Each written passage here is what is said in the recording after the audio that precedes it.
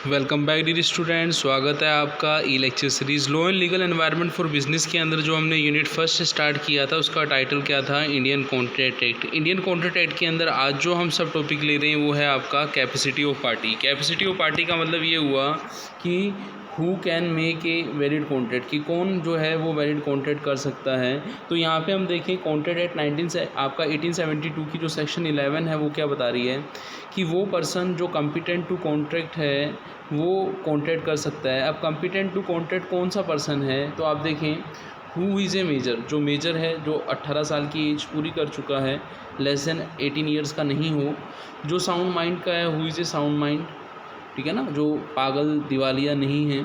Who is A not disqualify from law contracting, कि जो law ने डिस्क्वालीफाई नहीं किया हो कॉन्ट्रैक्ट करने के लिए। तो सेक्शन 11 के अंदर जो डेफिनेशन है इसी पर बेस्ड है।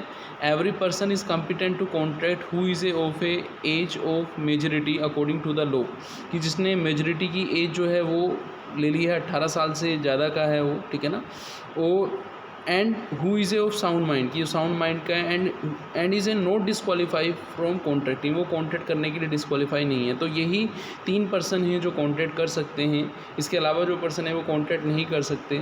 यहाँ पे हम देखें तो हम माइनर की यदि हम बात करें तो जो एग्रीमेंट माइनर करता है, agreement with or by minor is absolutely void, कि जो मोहरी बीबी वर्सेस धर्मोदास घोष था उस एक्ट में हमने यही सीखा था कि जो माइनर रहता है उसके साथ जो भी एग्रीमेंट होते हैं वो वॉइड होते हैं, ठीक है ना। उसको हम रेटिफाइड नहीं करा सकते कि आगे हम उसको सही कंप्लीट कॉन्ट्रैक्ट बनाना चाहें, नहीं बना सकते, ठीक है ना। ए माइनर कैन बी प्रॉमिस, कि माइनर जो है प्रॉमिस कर सकता है। यहाँ पे हम रेस्टिट्यूशन या कंपनसेशन की हम बात करें तो माइनर के केस में जो है पॉसिबल है अंडर सेक्शन 33। और हम ये देखें कि माइनर जो है rule of estoppel does not apply है, वो माइनर के ऊपर अप्लाई नहीं होता। इसका मतलब ये हुआ कि जो माइनर है, माइनर यदि से हम कोई चीज़ परफॉर्म कराना चाहते हैं तो वो परफॉर्म नहीं करेगा एज़ पर एग्रीमेंट, क्योंकि वो अपनी जो कंडीशन थी कि वो मेजर होना चाहिए वो नहीं है। इसलिए यदि माइनर अपनी नेसेसिटी के लिए किसी से कोई चीज़ें ले रहा है तो उसका जो पेरेंट्स है, जो गार्जियन है, वो रेस्पॉन्सिबल होगा, ठीक है ना। और माइनर जो है वो प्रॉफिट्स के लिए पार्टनरशिप में आ सकता है लेकिन लॉस के लिए आप उसे लायबल नहीं कर सकते। और माइनर जो है उसके पेरेंट्स जो हैं, जो एक्ट जो माइनर कर रहा है उसके पेरेंट्स जो हैं उसके लिए लायबल नहीं होंगे। हम यदि गारंटी की बात करें तो गारंटी फॉर माइनर जो होती है वो वैलिड होती है, पेरेंट्स जो देते हैं, ठीक है ना। और यदि हम देखें इंसॉल्वेंसी एक्ट जो है वो माइनर पर अप्लाई नहीं होता है, और माइनर जो है जॉइंट प्रोमिसर भी हो सकता है, under the law of contract हो सकता है। तो यहाँ पे हम माइनर की यदि हम बात करें तो माइनर वही पर्सन है जो 18 से कम एज का है, 18 ईयर्स की एज नहीं है, एडल्ट नहीं है। तो ऐसा पर्सन जो है वो कंपनी के अलॉटमेंट ऑफ शेयर में हम उसको अलाउ नहीं कर सकते। ऐसा पर्सन जो है नेगोशिएबल इंस्ट्रूमेंट्स भी जो है उसके लिए उसको हम लायबल नहीं कर सकते। ऐसे पर्सन के साथ जो हम सर्विस एग्रीमेंट करते हैं वो भी हम उससे कंप्लीट नहीं करा सकते। लेकिन जो अप्रेंटिसशिप एक्ट है उसके अंदर यदि वो फिजिकली फिट है तो अप्रेंटिसशिप एक्ट के अंदर एट द एज ऑफ 14 वो है वो अप्रेंटिसशिप एक्ट के अंदर कॉन्ट्रैक्ट कर सकता है। अप्रेंटिसशिप का मतलब प्रशिक्षु अधिनियम, जैसे हम कोई इस तरीके का कोर्स करते हैं कि वहाँ अप्रेंटिसशिप लेनी होती है, हमें प्रशिक्षण लेना होता है। Minor can be become a trade union member, कि जब माइनर 15 साल की एज, एडोलसेंट की हम बात करते हैं 15 से 18 साल का होता है, 18 साल से छोटा होता है लेकिन 15 साल से बड़ा होता है, वो ट्रेड यूनियन का मेंबर हो सकता है। मैरिज कॉन्ट्रैक्ट जो है माइनर के जो पेरेंट्स कर रहे हैं, ठीक है ना, वो marriage contract of minor on behalf of parents is allowed on the ground of custom of the community, ठीक है ना।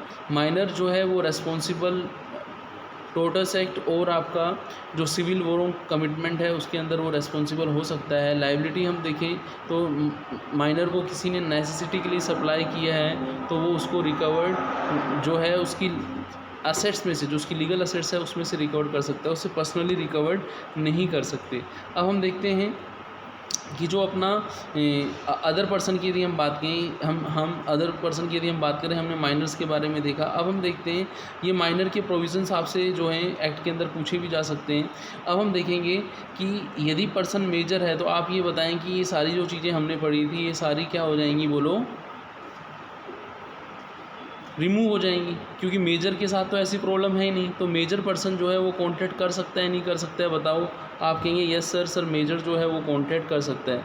फिर हम बात करते हैं कि जो सेकंड स्थिति आती है, फर्स्ट स्थिति हमें समझ में आ गई माइनर मेजर की, सेकंड स्थिति आती है वो किसकी आती है बोलो, वो आती है आपकी साउंड पर्सन की, कि वो पर्सन जो साउंड माइंड का है वो कॉन्टैक्ट कर सकता है।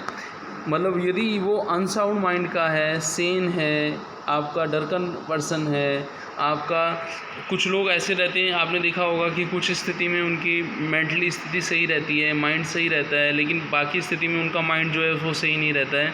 तो वहाँ पे आपको ये प्रूव करना पड़ेगा कि किस समय वो जब कॉन्टैक्ट कर रहा था उस समय वो उनका माइंड जो था वो सही था, तब तो आप उस कॉन्टैक्ट को हम वैलिड करा सकते हैं, नहीं तो हम उससे वैलिड कॉन्टैक्ट नहीं करा सकते।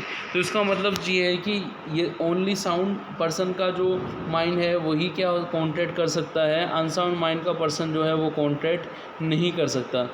कारण क्या है, कारण क्या है, देखो जब पर्सन अनसाउंड माइंड का होगा तो उसे भला बुरा पता ही नहीं होगा अपना। हो सकता है कि वो करोड़ों की चीज़ हज़ारों में बेच दे, ठीक है ना, हज़ारों की चीज़ रुपयों में बेच दे, तो इसलिए हम बोलते हैं कि उसके इंटरेस्ट के अगेंस्ट हो सकता है, इसलिए हम उसको अलाउ नहीं करते, अनसाउंड माइंड को जो है वो कॉन्टैक्ट करने के लिए अलाउ नहीं कर सकते। इसका मैं आपको एक एग्जांपल भी दे सकता हूँ।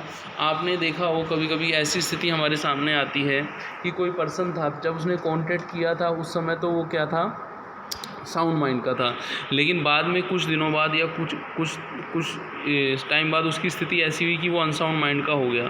तो जब वो साउंड माइंड का था उसने जो कॉन्टैक्ट किए थे वो तो वैलिड होंगे, लेकिन अनसाउंड माइंड का यदि पर्सन है तो अब उसके साथ यदि आप कॉन्टैक्ट करने जा रहे हो तो वो वैलिड नहीं होंगे। एक चीज़ मैं आपको और क्लियर कर देता हूँ कि कुछ लोग इस तरीके के होते हैं जिनको लॉ क्या करता है, डिस्क्वालीफाई कर देता है। जैसे आपने देखा हो कि कोई लोग लोन लेते हैं किसी असेट्स पर, किसी प्रॉपर्टी पर लोन लेते हैं, लेकिन उस लोन का टाइमली पेमेंट नहीं करते, है ना, वो डिफ़ॉल्टर हो जाते हैं। तो ऐसे लोग कॉन्टैक्ट नहीं कर पाते, ठीक है ना, वो लिस्ट में आ जाते हैं, उस लिस्ट के जो पर्सन होते हैं उनको हम कॉन्टैक्ट के लिए एलिजिबल नहीं मानते।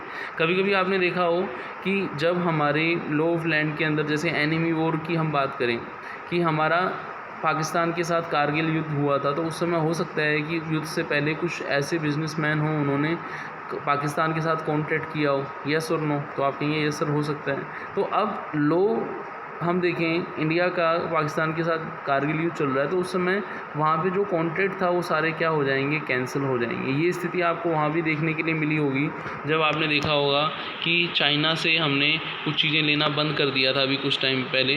जो नरेंद्र मोदी जी हैं उन्होंने बोला था कि हम चाइना से ये चीज़ें परचेज़ नहीं करेंगे, तो वहाँ पर ऑटोमेटिकली जो है डिस्क्वालीफाई हो गया कॉन्ट्रैक्ट के लिए। तो हमें कैपेसिटी ऑफ कॉन्ट्रैक्ट के अंदर ये देखना है कि जो पर्सन कॉन्ट्रैक्ट करने जा रहा है, हो सकता है वो प्रपोज़ल रखने वाला है, हो सकता है उनमें से कोई पर्सन एक्सेप्टेंस देने वाला हो। तो जो प्रपोज़ल रखने वाला है या एक्सेप्टेंस देने वाला है, उन दोनों का मेजर होना ज़रूरी है, उनमें से कोई माइनर है तो कॉन्ट्रैक्ट नहीं होगा। उन दोनों का साउंड माइंड का होने का ज़रूरी है, यदि वो अनसाउंड माइंड के हैं तो वो कॉन्ट्रैक्ट नहीं कर सकते। इंसान हम बोलते हैं इनको, अनसाउंड माइंड को, इंसान जिनको समझ नहीं होती, लुनैटिक, पैदाइशी मूर्ख जो हम बोलते हैं, तो ऐसे लोगों के साथ हम कॉन्टैक्ट नहीं कर सकते। ये ऐसे ही यदि प्रपोज़ल रखने वाला और एक्सेप्टेंस देने वाला जो पर्सन है वो डिस्क्वालीफाई लो है, लो ने उसको अलाउ नहीं कर रखा है, तो इस समय वो भी कॉन्टैक्ट नहीं कर सकता, यस और नो। तो अब आपको समझ में आ गया होगा कि कॉन्टैक्ट करने के लिए सबसे पहले कॉन्ट्रैक्ट की जो पार्टी है उसका कॉन्टैक्ट करने के लिए एलिजिबल होना ज़रूरी है। और एलिजिबल कॉन्ट्रैक्ट के लिए कौन होते हैं ये हमने समझ ही लिया सेक्शन 11 के अंदर, कि every person is competent to contract who is of a age of majority according to the law, कि जो 18 साल से बड़ा है, एडल्ट है, वो कॉन्ट्रैक्ट कर सकता है। इसके अलावा 18 से कम यदि हम देखें तो 15 से 18 साल का एडोलसेंस होता है, वो कॉन्ट्रैक्ट नहीं कर सकता, वो कॉम्पिटेंट नहीं है। और आपका 14 साल से नीचे जो होता है वो क्या होता है, आपका चाइल्ड होता है, वो तो अलाउ ही नहीं है। जैसे हम आगे हम देखेंगे फैक्ट्रीज एक्ट पढ़ेंगे तो वहाँ पे हम ये देखेंगे कि एडोलसेंस तो हम अलाउड कर सकते हैं फैक्ट्री के अंदर, लेकिन हम आपका जो चाइल्ड है वो हम उसको अलाउ नहीं कर सकते, ठीक है ना। एडोलसेंस जो है उसके जो पेरेंट्स हैं वो उसकी रेस्पॉन्सिबिलिटी लेते हैं, तो ये पर्सन जो है वो कॉन्ट्रैक्ट नहीं कर सकते। सकते। फिर हमने ये देखा कि पर्सन जो है वो साउंड माइंड का है तो ही वो कॉन्ट्रैक्ट कर सकता है, यदि वो अनसाउंड का है तो वो कॉन्ट्रैक्ट नहीं कर सकता। और सबसे लास्ट हमने देखा कि पर्सन जो डिस्क्वालीफाई है कॉन्ट्रैक्ट बाय लॉ, कि लॉ ने जिसको, लॉ ऑफ लैंड ने जिसको क्या कर दिया, डिस्क्वालीफाई कर दिया, तो ऐसे पर्सन के साथ हम कॉन्ट्रैक्ट नहीं कर सकते। यदि आप इन तीनों पर्सन के साथ, माइनर के साथ, अनसाउंड माइंड के साथ, डिस्क्वालीफाई लॉ के साथ यदि आप कॉन्ट्रैक्ट करने जा रहे हो, उनमें से कोई प्रपोजल या एक्सेप्टर है, तो वो कॉन्ट्रैक्ट जो है आपका वैलिड नहीं माना जाएगा। तो इस लेक्चर में हमने कैपेसिटी ऑफ पार्टीज़ को पूरा किया। मिलते हैं नेक्स्ट लेक्चर में। थैंक्स।